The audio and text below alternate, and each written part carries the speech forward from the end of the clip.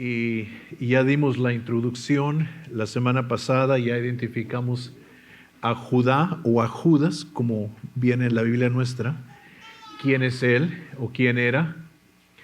Y luego también vimos el propósito de esta carta y nos dimos cuenta que Judas quería escribir esta carta hablando acerca de la común salvación que tenemos, y el Espíritu Santo le dijo que no.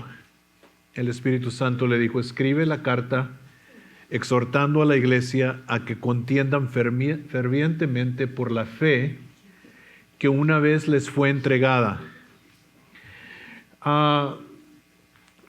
Podríamos decir que los ataques contra la iglesia comenzaron desde muy temprano en el tiempo de la iglesia. A veces creemos nosotros que al principio no había problemas, que todo estaba bien, y tenemos esa tendencia nosotros de creer de las cosas, ¿verdad? El otro día mi nietecita estaba conmigo, mi nieta Alía, y Alía hace muchas preguntas, y me puso un canto muy bonito acerca de The Good Old Days. Y luego me dijo, abuelito, me dice, Grandpa, tell me about the good old days. Y me quedé acostado yo y le dije, honey, there were no good old days. Le dije, no había tiempos buenos de antes, ¿verdad? Que siempre tenemos tendencia que la gente antes que nosotros vivía mejor que nosotros. Pero le dije, I'll tell you when things changed. Te voy a decir cuando los tiempos cambiaron, cuando Cristo llegó a mi corazón. Y fue cuando las cosas cambiaron. Y la iglesia no pasó mucho tiempo en que la iglesia comenzó a sufrir ataques. Claro que esos ataques venían de parte de Satanás, pero venían en diferentes formas. Por ejemplo, había persecución de parte del Imperio Romano. Había persecución de parte del pueblo religioso, de parte del pueblo judío. Pero el ataque más peligroso fue interno. Fue dentro de la iglesia. Y ahorita en unos momentos vamos a leer unos versos de la segunda epístola del apóstol San Pedro, y vamos a ver mucha similaridad, casi palabra por palabra, lo mismo que Judas está diciendo. La diferencia es que Pedro está profetizando que van a venir estos malos ministros. Judas, cuando escribe la carta, dice, ya están aquí. Esa es una diferencia, y quisiera, para cerrar nuestro tiempo en Judas hoy, quisiera hablar, primero ver acerca de la descripción que Judas nos da acerca de estos hombres, cómo se iban a aparecer, qué es lo que iban a enseñar y cuál iba a ser la motivación que ellos tenían.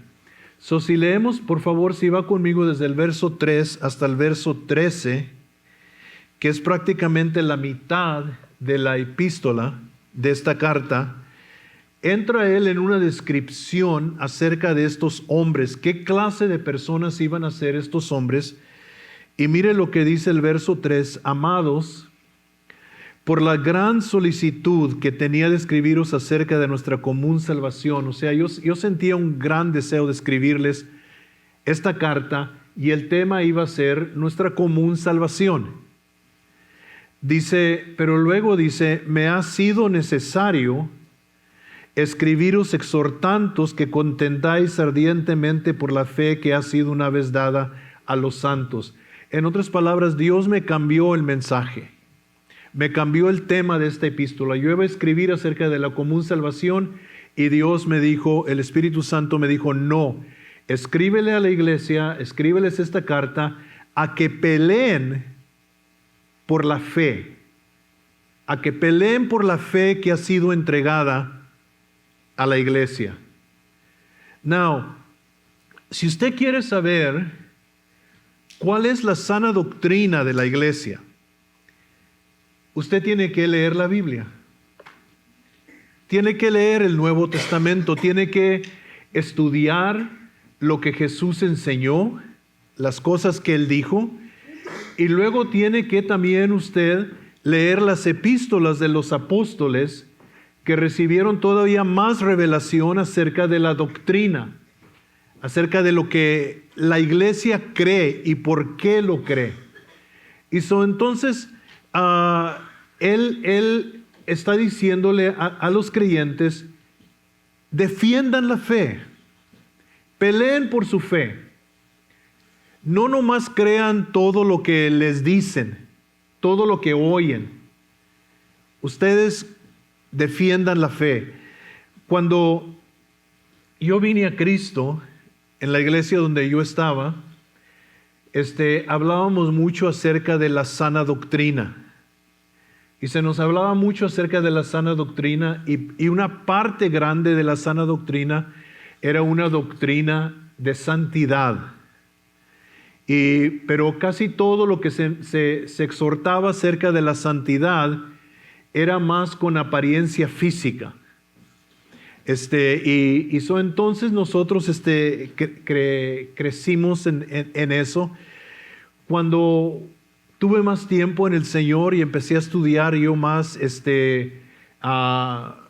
más la Biblia y empecé a leerla más detenidamente y estudiarla, me di cuenta que sí, la Biblia habla acerca de cómo debemos de ataviarnos, cómo debemos de vestirnos. Que sí hay una forma correcta de un cristiano ataviarse y vestirse, pero que de nada sirve si el cristiano anda bien por afuera y no anda bien por adentro. Que el verdadero asunto es interno, que el verdadero asunto es en lo interior.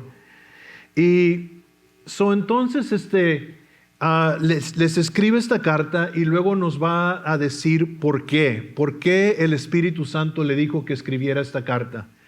Dice, porque algunos hombres han entrado encubiertamente, los que desde antes habían sido destinados para esta condenación, hombres impíos que convierten en libertinaje la gracia de nuestro Dios y niegan a Dios, el único soberano, y a nuestro Señor Jesucristo.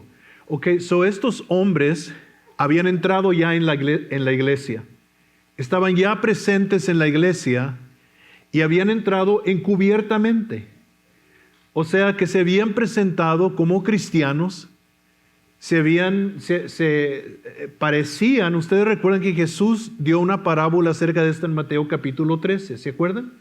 La parábola del trigo y la cizaña, ¿se acuerdan?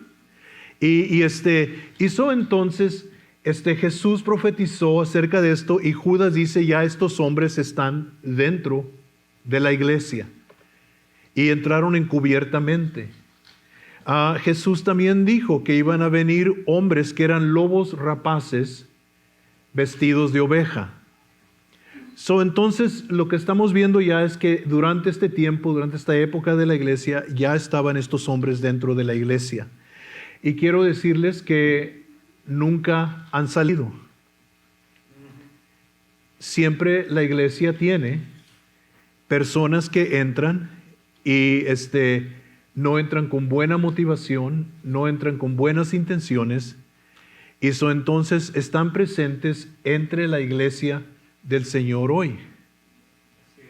¿Ok? Y nos dice aquí que son hombres impíos, nos empieza a dar una descripción de ellos, hombres impíos, en inglés ungodly, hombres que no tienen el corazón de Dios. ¿Ok? Parecen, pero no lo tienen. ¿Okay? Hablan, pero no hacen. ¿Okay? Y nos habla acerca de estos hombres, son hombres impíos. Y luego lo segundo que nos dice es que convierten en libertinaje la gracia de nuestro Dios. Now, nosotros somos salvos por gracia, no por obras. ¿Okay? Creemos el mensaje, creemos que Cristo murió por nosotros en la cruz y que extendió esa salvación a nosotros gratuitamente, y creemos y somos salvos por la gracia de Dios. Pero la gracia de Dios no es una licencia para nosotros vivir como nos dé la gana. Y estos hombres estaban diciendo, habían entrado encubiertamente a la iglesia y le decían a la iglesia, ya eres salvo, ya vas para el cielo, fuiste salvo por gracia.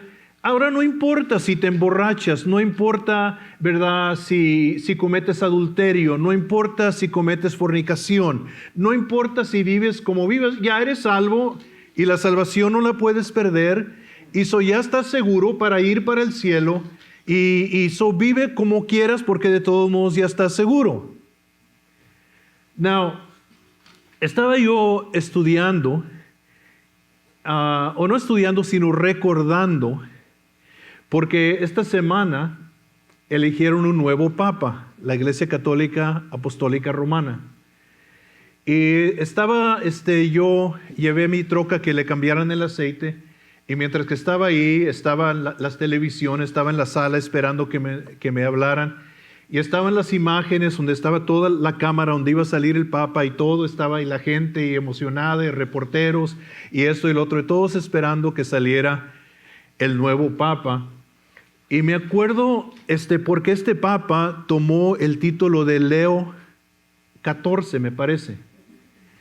Y Leo X, que fue otro papa, durante el tiempo que Leo X era papa, es cuando la Iglesia Católica comenzó a vender indulgencias. Y los que, no sé qué tantos aquí eran católicos, apostólicos y románticos, he perdido una vez. ¿Okay? Pero las indulgencias esencialmente era que tú podías comprar la salvación de un ser querido que había muerto. Dabas dinero a la iglesia, comprabas una indulgencia, o si no, tú podías comprar una indulgencia para ti. Para que, pecabas, pero ya habías pagado tu indulgencia, o ya tenías tu get out of jail free card. Y en esencia es lo que estaban enseñando estos hombres en la iglesia. Puedes vivir como tú quieras, puedes hacer lo que tú quieras, ya fuiste salvo y te vas a ir al cielo y no importa. Y habían vuelto la gracia de Dios en un libertinaje para la carne. You can do whatever you want, you're still going to heaven. Y entonces vemos estas dos características que nos dicen, eran hombres impíos, ungodly men, y luego they had turned the grace of God into lewdness. Habían convertido la gracia de Dios en un libertinaje. Now, ¿cómo nos llama la Biblia a nosotros los que somos cristianos?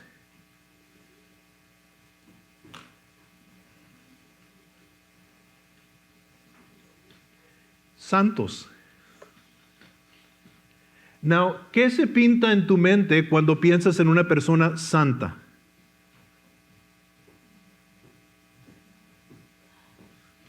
Yo sé que todos están pintando la imagen mía, ¿verdad? Pero ¿qué se te pinta cuando tú te imaginas una persona santa?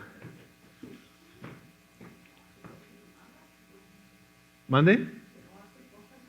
Que no hace cosas malas, que vive bien, ¿verdad? Y la Biblia nos llama a nosotros santos. ¿Qué imagen nos debe de pintar a nosotros de nosotros mismos? Que debemos de vivir bien, que debemos de vivir una vida de santidad, una vida separada, no igual que el mundo, ¿verdad? Es la idea que la Biblia, y no está la Biblia pintando un cuadro que no es correcto, es lo que Dios espera de nosotros. Él espera que vivamos. La Biblia dice que somos la luz del mundo y que una luz no se enciende para poner debajo, ¿verdad?, de una canasta, sino para ponerla en alto para que alumbre a todos los hombres. Y Jesús dijo esto, dijo, así alumbre vuestra luz delante de los hombres para que vean vuestras buenas obras y glorifiquen a vuestro Padre que está en los cielos. El hecho de que fuiste salvo por gracia no es una licencia para que tú peques y vivas como tú quieras. Antes es un llamado a la santidad a tu vida. Has sido transformado, has sido convertido. Pero ellos estaban enseñando lo opuesto. Puedes vivir como tú quieras. Y le digo que todavía están estos hombres entre nosotros, porque hoy en día hay denominaciones completas que están casando hombres con hombres y mujeres con mujeres. Y dicen, Dios es amor. Y Jesús ama a todo mundo. Y tuercen las cosas para hacernos creer que nosotros, los que no vamos de acuerdo con eso, somos intolerantes y somos malos y nos falta el amor de Dios. Y so tuercen las cosas y el mundo los aplaude. Hace 2 o 3 años, a Esteban y Jesse y yo viajamos a Boston, Massachusetts. Y sí les recomendaría, si un día tienen la oportunidad de visitar a Boston, es una ciudad muy interesante, es la cuna de la Revolución Americana. Y hay muchos lugares, ustedes que han estudiado, ¿verdad?, de Paul Revere y de estos hombres de la Revolución Americana. Y puedes tú caminar y ver los lugares del origen de la Revolución. Y muy interesante, pero también atraviesas iglesias de aquella época. Iglesias fuertes que defendían la Biblia, que defendían la fe, ahora con la bandera homosexual volando enfrente. Y te preguntas y dices, Dios mío, ¿cómo pudo esto haber sucedido? Una iglesia que separaba y defendía la verdad y ahora está promoviendo el sodomismo, que la Biblia dice que es una abominación ante los ojos de Dios. Pero es que entran estos hombres y poco a poco comienzan a trabajar y comienzan a cambiar las cosas. Hace años yo fui a que me hicieran un sonogram, un ultrasound, algo así, ya no me acuerdo ni qué era. Le han hecho a mi cuerpo glorioso tantas cosas. Y la enfermera que me estaba haciendo esa cosa, comencé yo a testificarle, comencé a hablarle de Cristo, y dijo, pues fíjese que yo también soy cristiana. Dijo, mis padres son cristianos y atienden a tal y tal iglesia. Dijo, pero estamos viendo cambios en nuestra iglesia, porque tenemos una nueva pastora, y nothing against you, pastora, ¿verdad? Pero tenemos una nueva pastora y ella nos está enseñando que Dios puede ser hombre o mujer. Y entonces cuando nosotros oramos decimos Padre nuestro o Madre nuestra, y decimos que es el Hijo de Dios o la hija de Dios, y que puede ser el Espíritu Santo o la Espírita Santa. A mí te da vuelta la cabeza.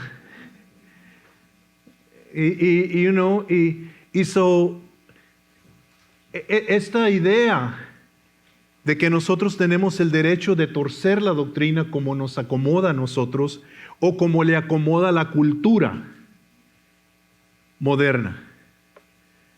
Entonces, estos hombres habían hecho, porque si somos salvos por gracia, no podemos perder nuestra salvación y ya fuimos salvos o podemos hacer lo que quieramos y de todos modos Dios está obligado a llevarnos al cielo.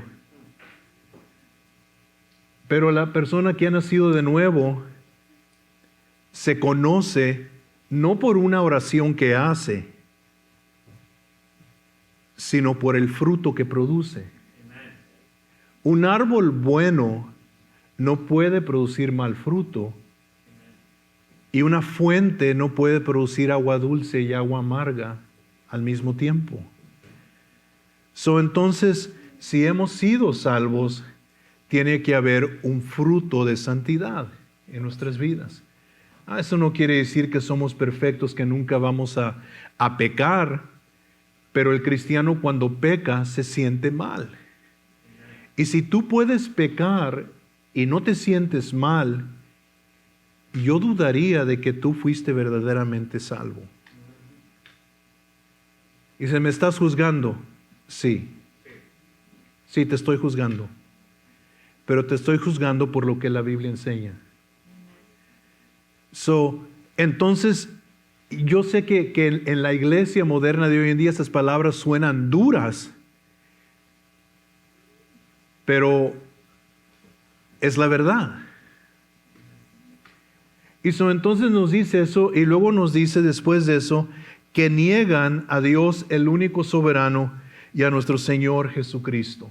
Y ya hablamos acerca de eso la semana pasada, no voy a tomar mucho tiempo ahí, pero déjeme decirle algo, Dios es soberano y yo no.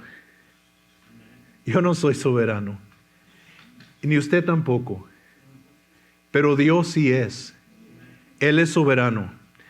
A los reyes aquí de la tierra los llaman soberanos, porque se les reconoce que tienen el poder para hacer lo que se les antoje, ¿verdad? Y si estudia usted historias del pasado, se recuerda al rey Herodes, recuerda al faraón, recuerda esas personas que se suponía que eran soberanos, los césares, los emperadores romanos, tremenda autoridad y poder que tenían, pero en realidad no eran soberanos.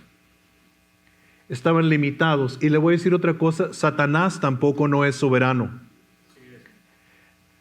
Algún hermano, amigo mío, describió a Satanás como un perro amarrado con una cadena. Solamente llega hasta donde Dios le permite. Pero Dios es soberano. Dios hace como Él quiere y nadie le puede decir a Él, no lo hagas. Él es soberano y niegan la soberanía de Dios. Now, quiero decir algo y quiero tener cuidado de cómo lo digo, pero creo que tengo que decirlo. Entre la iglesia pentecostal en estos últimos días,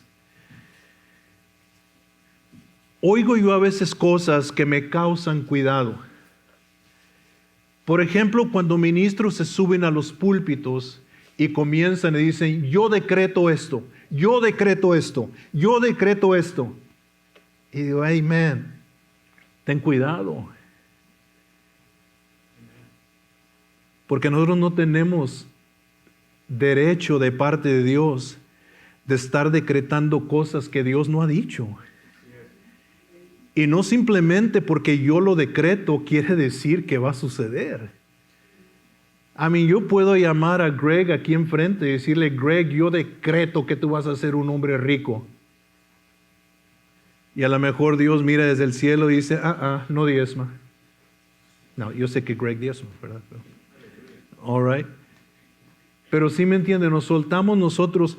Ya he visto mucho daño hecho en la iglesia. Yo he visto daño que se ha hecho en la iglesia por decretos que soltamos, que damos a veces desde los púlpitos los ministros y le hacemos a la persona una ilusión de que algo va a suceder y luego no sucede y se desaniman y no nos echan la culpa a nosotros, le echan la culpa a Dios. Dios es soberano, nosotros no. Y si vamos a decretar cosas o vamos a profetizar cosas, tienen que caer bajo el contexto de la palabra de Dios. Tenemos que poder defenderlo con la palabra de Dios. Y hace años hubo un movimiento aquí en los Estados Unidos que se llamaba The Word of Faith Movement, de los 70s, los 80s. Fue muy popular ese movimiento, Word of Faith Movement. Y tenía sus puntos buenos. Pero las personas tomaron esta doctrina y la llevaron a un extremo que no era correcto. Y yo recuerdo un amigo mío, evangelista, pastor evangelista de Venezuela, hermano Vidopio, y dice que él estaba en Nueva York y le dijo un pastor, le dijo, vente siervo, te voy a llevar a pasear, y dice que lo llevó y se paró enfrente del banco y dijo, yo declaro en el nombre de Jesús que todo ese dinero en el banco es mío, aleluya. I go, man, how stupid can you get and still breathe? Ay, ¿quién crees que eres? Como si fueras Dios. Y se nos olvida a nosotros que Dios es soberano y a la gente le gusta que les digan estas cosas. Les gusta. Well, hallelujah, y así dice el Señor. Y empiezan a soltar promesas y la gente está bien contenta porque les están diciendo todo. And hey, man, ¿se alinea con la palabra de Dios? ¿Sí entienden la diferencia? Una cosa es que tú bendigas a tus hijos. Otra cosa es que tú empieces a declarar cosas que no son bíblicas. Y es donde yo tengo cuidado con la iglesia. Es donde tengo cuidado, me da cuidado con la iglesia. Eso tenemos porque se nos puede a nosotros formar una mentalidad que Dios es un mesero y que nomás le tronamos el dedo y Dios tiene que servirnos en el plato lo que queremos. Y Dios no es un mesero. Dios es rey. Él es soberano. No es nosotros decirle a Dios lo que Él haga por nosotros. Es nosotros investigar en la Biblia qué Dios pide de nosotros y nosotros hacerlo. Y la Biblia sí promete que cuando hacemos esas cosas, Él nos va a bendecir. Pero era diferente. Y yo le digo acerca de la soberanía de Dios. Y luego dice que niegan a nuestro Señor Jesucristo. Es lo siguiente que dice allí. ¿Ok? Mas quiero recordaros el verso 5, porque si no, no vamos a llegar muy lejos. Ya que una vez lo habéis sabido, que el Señor habiendo salvado, y luego aquí va a dar unos ejemplos de personas que se perdieron por no obedecer a Dios. Okay. El primer ejemplo que voy a dar, más quiero recordaros, ya que una vez lo habéis sabido, que el Señor, habiendo salvado al pueblo, sacándolo de Egipto, después destruyó a los que no creyeron. Okay. Él nos recuerda, Dios saca todo este pueblo de Egipto, pero entre todos los que sacó, muchos de ellos no creyeron y cayeron muertos en el camino. Now, listen, todos nosotros estamos aquí. Y yo les puedo, como ahorita nuestra hermana, porque la intención siempre es hablar lo bueno sobre los hijos de uno, ¿verdad? Y yo, ustedes como mis hijos espirituales, yo les hablo lo bueno a ustedes, les profetizo lo bueno. Vamos a usar esa palabra, les declaro o les decreto lo bueno. Pero si usted no obedece, todo lo que yo hablé no se va a cumplir. Hizo Dios, sacó al pueblo de Egipto de la esclavitud y la intención de Dios era llevarlos a todos a la tierra prometida, a una tierra que fluía leche y miel, y murieron en el camino. Porque cuando Dios los llevó a la orilla de la tierra prometida y mandó a los espías, Josué, ¿verdad? Que le dijo Dios, manda a los espías a espiar la tierra, o Moisés, perdón, manda a los espías a espiar la tierra, y regresaron para atrás, y ellos regresaron con un reporte negativo y 2 con un reporte positivo, y los que vinieron con el reporte negativo, hasta había cosas positivas en ellos, dijeron, todo lo que Dios dijo acerca de la tierra es verdad, pero hay gigantes, y no podemos tomar la tierra, y el pueblo les creyó a ellos. Y entonces comenzaron a murmurar contra Dios, y estando a la orilla de entrar a la tierra prometida, Dios le dijo a Moisés, ¿sabes qué? Ya me cansó este pueblo, llévatelos para atrás al desierto, y allí los vas a traer en el desierto, dando vueltas hasta que toda esta generación que no me creyó muera. Y todos de 20 años para arriba, con excepción de muy pocas personas, murieron en el desierto, porque no le creyeron a Dios. Y es el primer ejemplo que nos dice aquí. No el hecho de que estén en la iglesia quiere decir que van a entrar al cielo. Acuérdate de Israel. Y luego el segundo ejemplo que dice de los ángeles. Y a los ángeles que no guardaron su dignidad, sino que abandonaron su propia morada, los ha guardado bajo oscuridad en prisiones eternas para el juicio del gran día. Okay. No, aquí está interesante. En el Antiguo Testamento hubieron ángeles que no guardaron su dignidad. Acerca de, en el tiempo de Noé, que ángeles tuvieron relaciones sexuales con mujeres y no guardaron su dignidad. Y Dios dice que tomó esos ángeles y los puso en unas prisiones oscuras.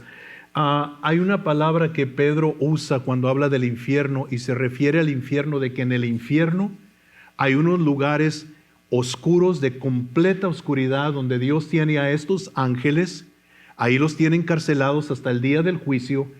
Y luego interesante, más adelante nos va a decir aquí que estos hombres que entraron encubiertos a la iglesia, también Dios los va a poner ahí.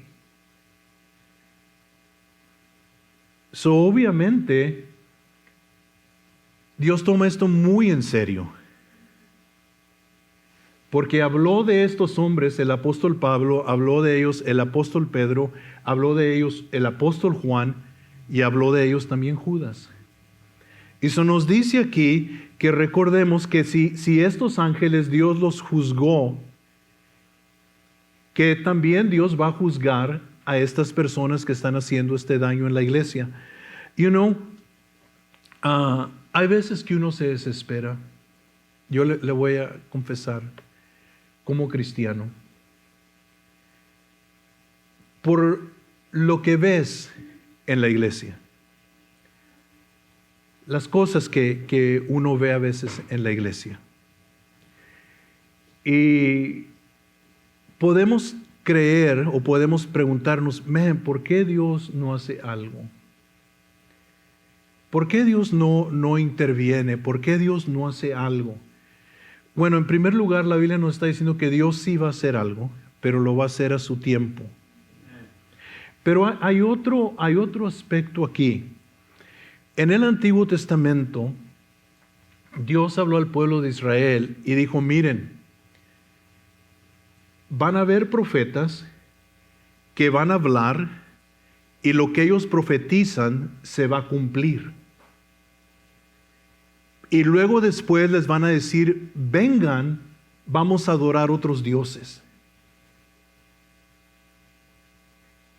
Entonces Dios dice que Él permite que estos hombres profeticen y que se cumpla lo que ellos dicen para probar el corazón del pueblo, para ver si vas a seguir a Dios o vas a seguir al hombre.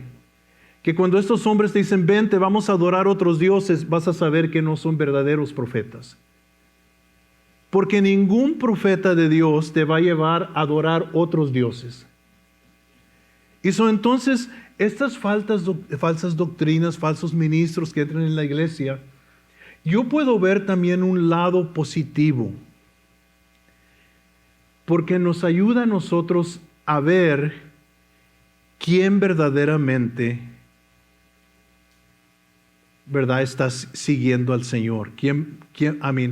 Entre nosotros, todos nos abrazamos, y yo no estoy juzgando esta congregación, ¿ok? Por favor, no me malentiendan, no le estoy juzgando a ustedes, pero estoy hablando de la iglesia en general. You can go to church, and people can hug you, and people can bless you, and people can say everything, but their heart is not with you, and their heart is not with God. El corazón de ellos no está con Dios. Entonces, nos recuerda el Señor del pueblo de Israel, nos recuerda de Sodoma y de Gomorra, de los ángeles, perdón, y luego lo tercero aquí, dice, como Sodoma y Gomorra y las ciudades vecinas, el verso 7, las cuales, de la misma manera que aquellos, habiendo fornicado e ido en pos de vicios contra la naturaleza, fueron puestos, por ejemplo, sufriendo el castigo del fuego eterno. Ok, déjeme hacer una pequeña pausa aquí. ¿Qué fue lo que hizo que Sodoma y Gomorra cayeran tan bajo? ¿Qué sucedió con ellos? ¿Qué pasó con ellos? Bueno, cuando estudias la Biblia en el Antiguo Testamento te das cuenta de algo de Sodoma y de Gomorra. La Biblia dice que el valle de Sodoma, donde estaban Sodoma y Gomorra, era como el jardín de Dios. Como el jardín del Edén. En las otras partes de la tierra tenías que trabajar la tierra, tenías que regarla, tenías que orar a Dios por lluvia para que la tierra te produciera. Pero Sodoma y Gomorra eran como un jardín regado, eran fértil. Donde la gente tenía que trabajar para hacer la tierra producir, en Sodoma y Gomorra no era así. La tierra producía casi por sí misma. Era como el jardín de Dios. Mi primo Alejo, que es misionero, dice que allá en la Sierra Totonaca, donde ellos andaban ministrando, dicen que está tan fértil la tierra. Dice, primo, dice, a veces cortan ramas de los árboles para usarlas de cerca y las empiezan a poner en cerca y comienzan a florecer. Dice, está tan fértil la tierra. Y sobre todo los hombres de Sodoma y de Gomorra no tenían que trabajar como los demás hombres, tenían más tiempo libre. Y en lugar de usar el tiempo libre para buscar a Dios, usaron el tiempo libre para pervertir la carne. Esta nación está increíblemente rica, los Estados Unidos. La gente pobre tiene celulares, big screens y buenos carros. Pero decimos que estamos pobres. Pero si nos comparan a la mayoría del mundo, los pobres de aquí son ricos en casi cualquier otra nación. Y como tenemos tanto dinero y tenemos tantas cosas a nuestro alcance, muchas veces en lugar de invertir ese tiempo, de tomar las cosas que son buenas para nosotros, las usamos, en lugar de usarlas para buscar a Dios, para agradecer a Dios, para darle gracias a Dios, en cómo pervertirnos. Mire cómo estamos pushing the boundaries en la televisión pública. Yo recuerdo 1989 fue la primera vez que yo viajé para Israel y hacíamos escala en Frankfurt, Alemania. Y me acuerdo que cuando llegué al hotel, porque nos pasamos la noche en Frankfurt, Alemania, llegué al hotel y cuando entré al cuarto, prendí la televisión y salió la televisión y dice, "Welcome, Mr. Esteban Aranda." Y dije, wow, okay, I'm important, Pero luego empiezas a buscar los canales y había tanta pornografía. Y me acuerdo que sacamos el grupo, ya cuando empecé a llevar yo mis propios grupos en los 90s, y sacamos el grupo a viajar, a conocer a Frankfurt, y me acuerdo que íbamos caminando, mirando los edificios y todo, y dimos la vuelta. Y en la vuelta donde dimos así, tenían mujeres desnudas en las ventanillas vendiéndolas. Y me dijo mi esposa, ¿dónde nos trajiste? Le dije, I didn't know. Yo no sabía, let's go. Donde hay abundancia, donde hay riqueza, en lugar de nosotros tomar esas cosas para honrar a Dios, para hacer cosas para el reino de Dios, tomamos esas cosas y las invertimos en nuestra carne, and we just go off.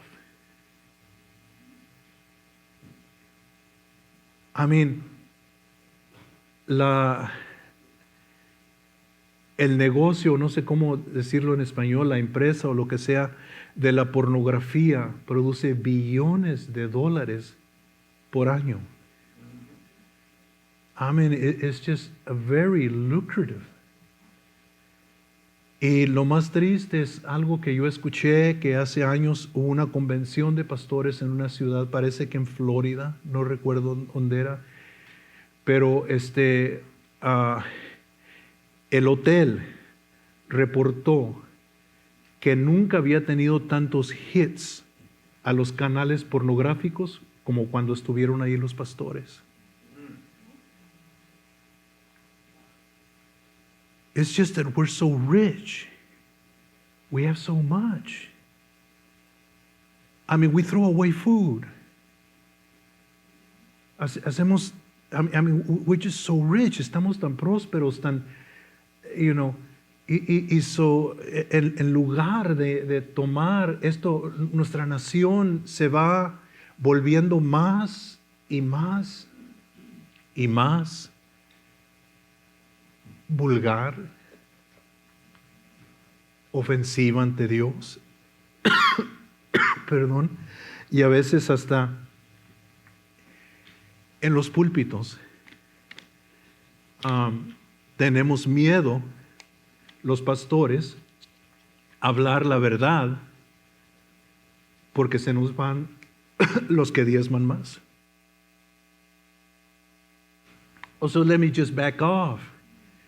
Porque si yo digo esto voy a ofender a fulano, voy a ofender a mengano. Let me just back off.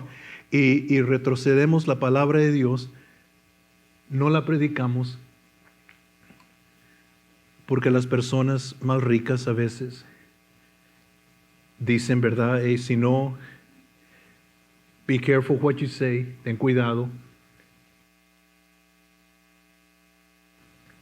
You know, hizo entonces este ejemplo que da de Sodoma y de Gomorra, es una advertencia para la iglesia de que, you know, si la gente dice, that could never happen to us, hey, mira nuestra nación.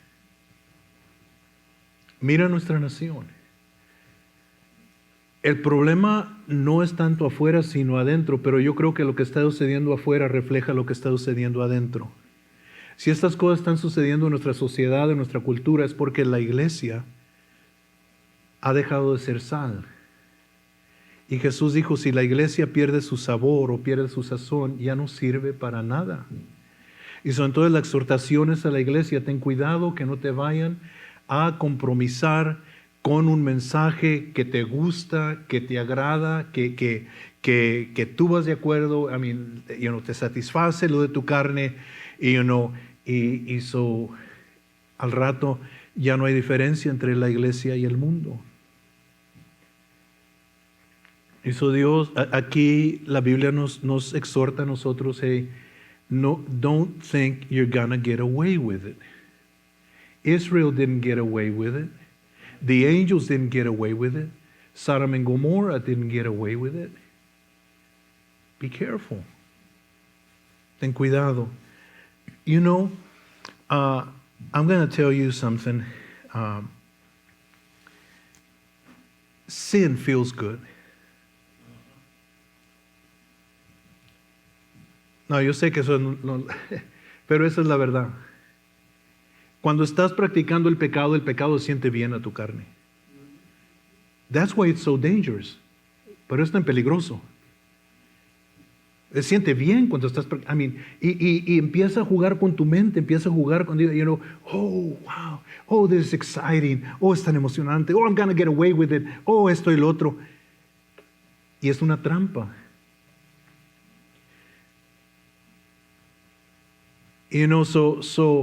Entonces, si yo recuerdo hace tiempo atrás había un cantante cristiano, él estaba teniendo problemas con la pornografía y llamó a un pastor aquí en Dallas, un pastor famoso, y le contó con lo que él estaba batallando, y esta fue la respuesta del pastor: ahora pues ninguna condenación hay para los que están en Cristo Jesús. Man, that's not going to help that guy at all.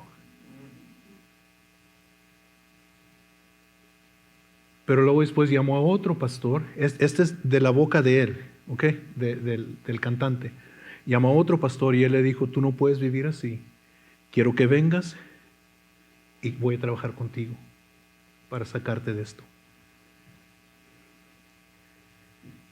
Estos hombres habían entrado a la iglesia y eran muy peligrosos. ¿Okay? Déjenme nomás leer unos cuantos versos más y luego paramos por hoy porque es el Día de las Madres. ¿Okay? No obstante, de la misma manera también estos soñadores mancillan la carne, rechazan la autoridad y blasfeman de las potestades superiores. ¿Okay? Son tres cosas que hacen estos soñadores: mancillan la carne, rechazan la autoridad y blasfeman de las potestades superiores. ¿Okay?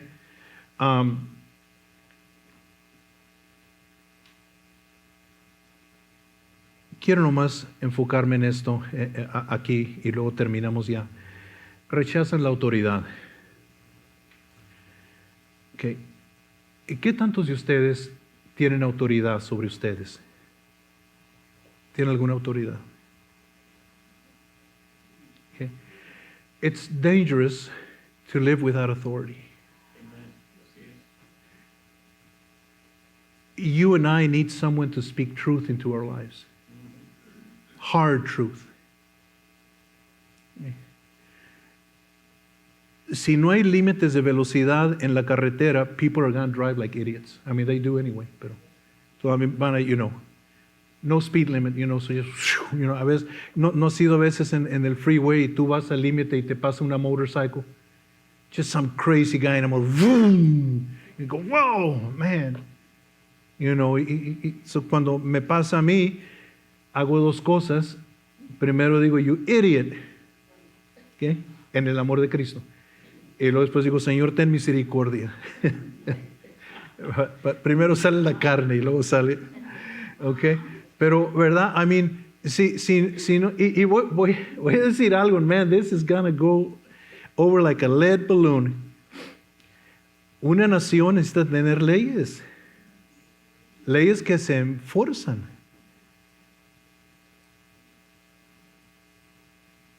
Leyes de migración.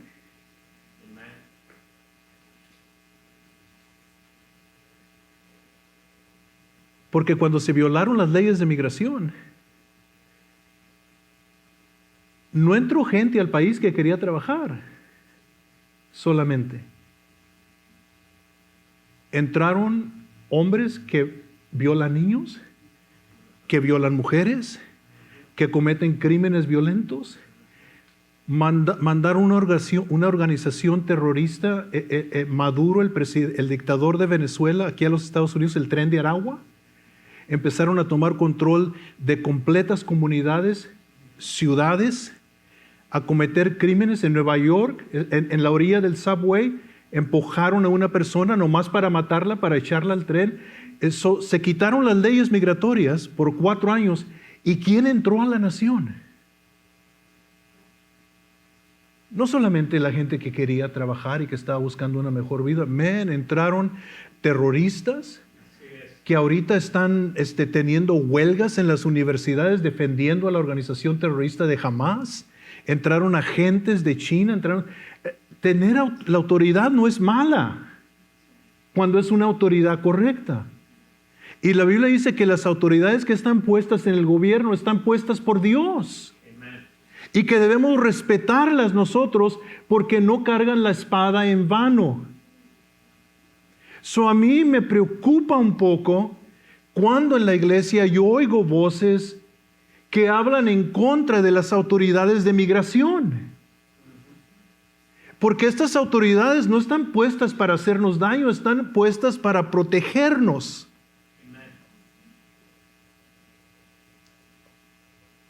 Y yo nomás le estoy diciendo lo que yo veo, lo que yo pienso, pero debemos de tener cuidado cuando no queremos que nadie nos diga qué hagamos. Todos tenemos que tener una autoridad sobre nosotros. Hijos necesitan tener la autoridad de sus padres sobre ellos. Listen to me. Y los padres tanto como los hijos. I've gone in, I might as well go in all the way. Kids don't set the rules at home. The parents do. Los hijos no ponen reglas en el hogar, los padres ponen reglas. Es injusto dejar que los niños pongan las reglas porque ellos no saben todavía ni la mitad de la vida. Dios le dio la autoridad a los padres para poner autoridades y reglamentos en el hogar. Me llegas a tal hora, esa clase de música se permite aquí, esa clase de videos se permiten aquí, y esto de que tú digas, es mi cuarto, no tienes derecho de meterte, tú no tienes cuarto en tu casa. Tus padres tienen derecho de meterse a tu casa a la hora que ellos quieran y checar lo que ellos quieran porque ellos son la autoridad. They know more than you. They care about you. Pero desgraciadamente padres ceden a esto y dicen, well, I can't do anything, Pastor. I can't. Yes, you can. Claro que sí puedes. Pero se ha soltado en nuestra sociedad, en nuestra cultura, lo que profetizó el Señor, a spirit of lawlessness. Un espíritu donde no reconoce autoridad. Tú no me vas a decir qué haga, tú no me vas a decir a qué horas llegue, tú no me vas a decir nada. Okay. Then listen to Ray Charles. Hit the road, Jack. You know? So estos hombres venían y entraban a la iglesia y decían, you don't have to listen to your pastors. You don't have to listen to authority. You're free. You do whatever you want.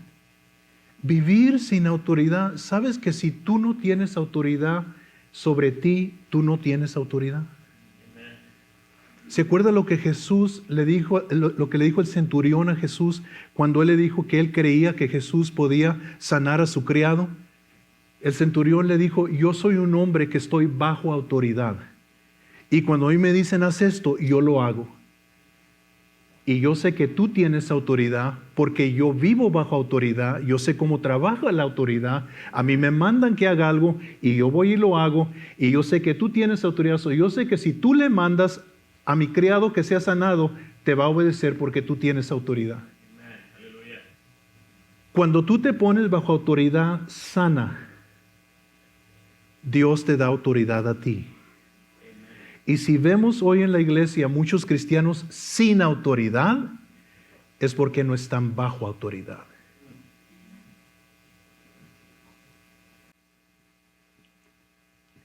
Let's pray right here. Okay? Let's pray. Vamos a orar. Padre,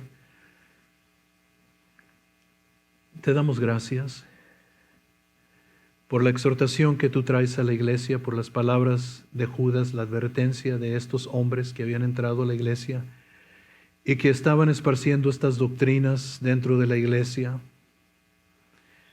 Señor, te pedimos que hoy nosotros meditemos en estas palabras, meditemos en lo que es autoridad, en lo que es santidad, en la advertencia de que tú siempre estás mirando. Y Señor, líbranos de caer bajo el control de estos espíritus que quieren hacernos creer que somos algo que no somos. Tú eres el soberano, tú eres el rey, tú eres Dios, nosotros no somos Dios. Tú eres el que mandas. Yo sé que a veces es difícil para nuestra carne someternos a tu voluntad, a veces no nos gusta lo que tú nos dices, pero tú nunca nos dijiste que nos tenía que gustar, nos dijiste que teníamos que obedecer. Oh Dios, comienza conmigo, porque hay tantas veces que yo quiero rebelarme y que yo quiero hacer lo que yo quiero y cada vez que yo he hecho lo que yo quiero me ha traído problemas a mi vida. Y yo no quisiera ver que alguien en esta congregación cayera en las mismas disciplinas que yo he caído por mi desobediencia.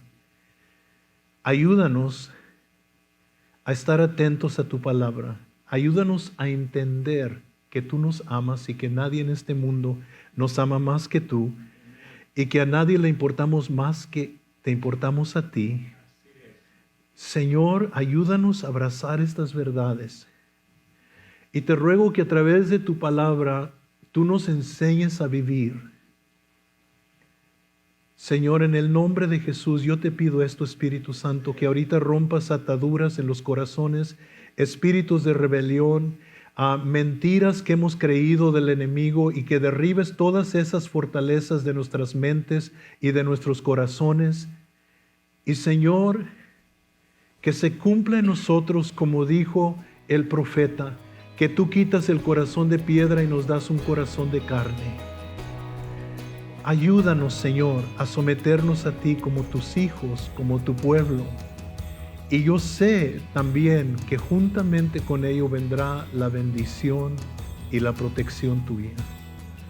Señor, te pido por cada joven que está aquí esta mañana, por cada mujer, cada hombre, cada matrimonio. Ayúdanos, Señor, a someternos a tu palabra. En el nombre de Jesús. Amén. Amén. Amén.